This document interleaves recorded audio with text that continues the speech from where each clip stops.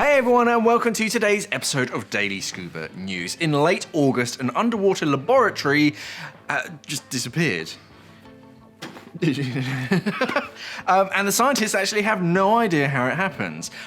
They just think that the Boknis Eck Observatory was forcibly removed, and with it the precious data, which is probably the more important thing, about the state of the Baltic Sea, just disappeared. Look over there. All gone. Sorry guys. So when the data transmission from the underwater sensors just cut out, scuba divers were like, what? What's going on here? So obviously the sent out scuba divers were sent out to investigate the observatory. But when they, turned up to the site, the only thing they found was a shredded cable that once, anchored it. That was it. Weird. Just a bit of cable, just sat there. This is how Hollywood films start. So basically, the observatory had been sitting on the in the Baltic Sea bed since 2016, so it's been there a few years. Fine. One part of it was used as a power source, and the other kind of featured sensors that transmit data sort of back to the shore, telling scientists about the state of the Baltic Sea. The observatory cost $330,000. So it was a legitimate thing, but the data it collected is now priceless. It is really important data, sort of learning about what's going on in the Baltic. Climate change, yes, it's vital work.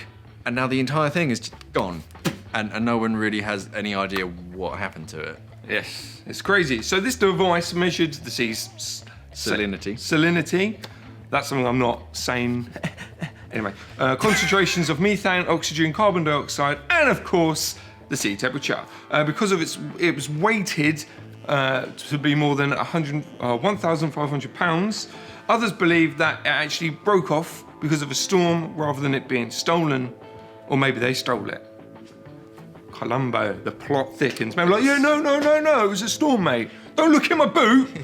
Don't look in my boot. This £1,500 laboratory. But the suspension's a bit. All for insurance.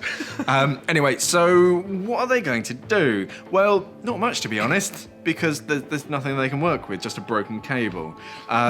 Compute, analyse data. If a storm really did take it, they might never find it. The Baltic Sea is a decent size, and the laboratory is relatively small.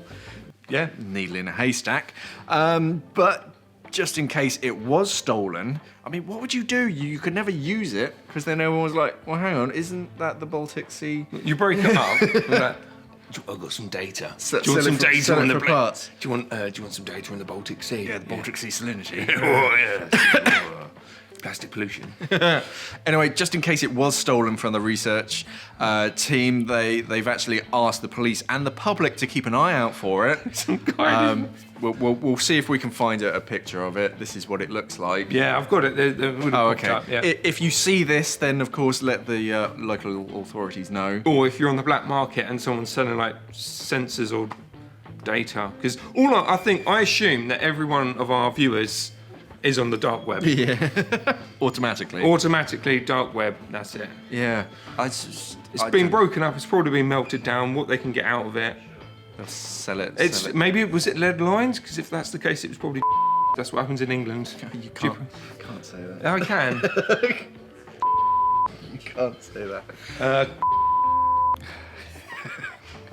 Anyway, what do you think about this story? Was it stolen, or did a storm just pick it up and sort of deposit it somewhere else in the Baltic Sea?